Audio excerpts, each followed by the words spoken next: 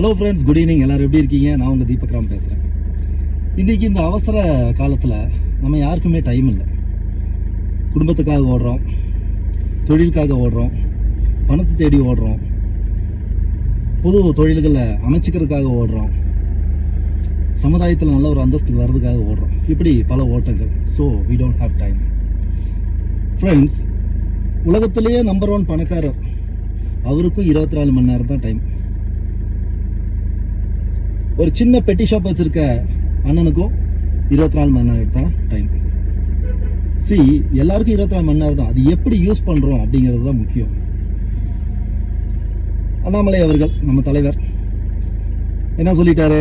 போதை ஒழிப்பு, அதை முன்னெடுக்கணும். என்ன மாதிரி இருக்கக்கூடிய ஒவ்வொரு உறுப்பினர்களும் போதை ஒழிப்புக்காக ஏதாச்சும் ஒரு விஷயத்தை பண்ணுங்க அப்படின்னு சொல்லிட்டாரு. சமூக வலைத்தளங்களில் நிறைய விமர்சனங்கள். இது சாத்தியமா? போதை ஒழிக்க முடியுமா? சாத்தியம்னு தெரியும். சாத்தியமே இல்லாத ஒரு விஷயத்த அண்ணாமலை அவர்கள் விளம்பரத்துக்காக சொல்லியிருக்காரு. அது அவங்க தொண்டர்களும் பண்ணிட்டு இருக்காங்க அப்படிங்கிற மாதிரி. ஃப்ரெண்ட்ஸ், ஒரு கொடிய நோய் வந்துருச்சுன்னு நினச்சிக்கோங்க. அந்த கொடிய நோயை குணப்படுத்தவே முடியாது. டாக்டர்கிட்ட போகிறோம், பெரிய டிசீஸ் உங்களுக்கு வந்துருச்சு அப்படின்னு சொல்கிறாரு. ஐயோ, பெரிய நோய் வந்துருச்சு, அன்றைக்கே நம்ம செத்து போயிடுறோமா?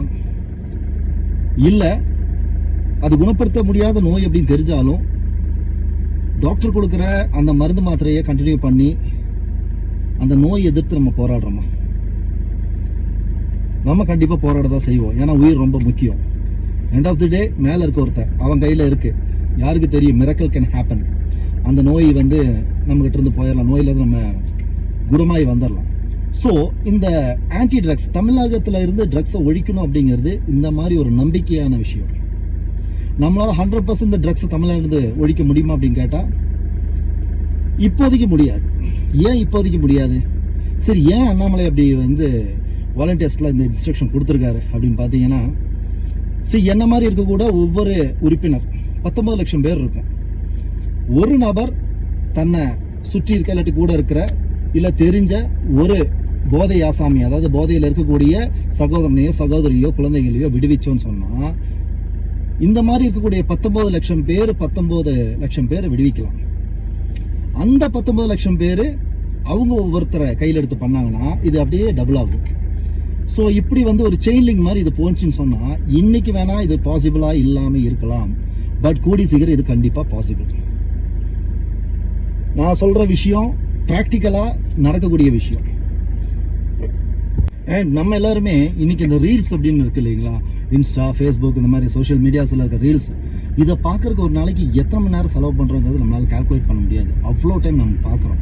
நானாக இருக்கட்டும், நீங்களாக இருக்கட்டும், எல்லாருமே நம்மளோட நேரத்தில், அதாவது 24 ஹார்ஸில் ஒரு ½ அன் ஹவர் இல்லாட்டி 1 ஹவர் யாரோ ஒரு நண்பருக்கு அவரோட போதை பழக்கத்தை வெளியே வரதுக்கு நம்ம ஹெல்ப்ஃபுல்லாக இருந்தோம்னு சொன்னால் அவர் மட்டும் இந்த சமுதாயத்தில் நல்லா வாழ மாட்டாருங்க. ஒரு குடும்பம் நல்லா வாழும், நிம்மதியாக வாழும். ஸோ நம்ம ஒரு முயற்சி எடுத்து பார்ப்போம். அது என்ன வேணாலும் ஆகட்டும். இது 100% போதை ஒழிய போகுது இல்லை சாத்தியம் இல்லையா அப்படிங்கிற உள்ளே போய் அதெல்லாம் நமக்கு தேவையில்லை. ஒரு நல்ல விஷயம் அண்ணாமலை அவர்கள் சொல்லியிருக்காரு, அதை நம்ம ஃபாலோ பண்ணுவோம். Will try our level best. நம்ம ஒரு நாளைக்கு அட்லீஸ்ட் ஒரு ½ அன் ஹவர் இல்லாட்டி 1 ஹவர் இந்த விஷயத்துக்காக செலவு பண்ணுவோம். ரிசல்ட் கண்டிப்பாக பாசிட்டிவாக வருங்கிற நம்பிக்கை எனக்கு இருக்குது. நம்ம இன்றைக்கி தானத்திலே சிறந்த தானம் அன்னதானம் அப்படின்னு தான் எல்லாருக்குமே தெரியும். ஆனால் தமிழ்நாடு இன்றைக்கி இருக்கக்கூடிய சூழ்நிலையில் நம்ம பண்ணுற பெரிய தானம் அன்னதானத்தை விட ஒரு பெரிய விஷயம் என்னன்னு கேட்டிங்கன்னா, ஒரு நபரை இந்த போதை பழக்கத்திலேருந்து வெளியே கொண்டு வர்றது. அப்படி பண்ணோன்னு சொன்னால் ஒரு குடும்பம் நிம்மதியாக வாழும். நம்ம குழந்தைங்க மாதிரி இருக்கக்கூடிய குழந்தைகள் நிம்மதியாக இருக்கும். ஸோ கண்டிப்பாக இதை நம்ம ட்ரை பண்ணி ஆகணும். போதையை கம்ப்ளீட்டாக தமிழ்நாட்டிலேருந்து கொண்டு வராட்டி பரவாயில்லைங்க. அதோட அந்த ஸ்பீடு, அதாவது ஸ்ப்ரெட் ஆகுதுல்ல, ரொம்ப ஸ்பீடாக ஸ்ப்ரெட் ஆகிட்டு இருக்கு. அந்த ஸ்பீடை நம்ம கம்மி பண்ணுவோம்.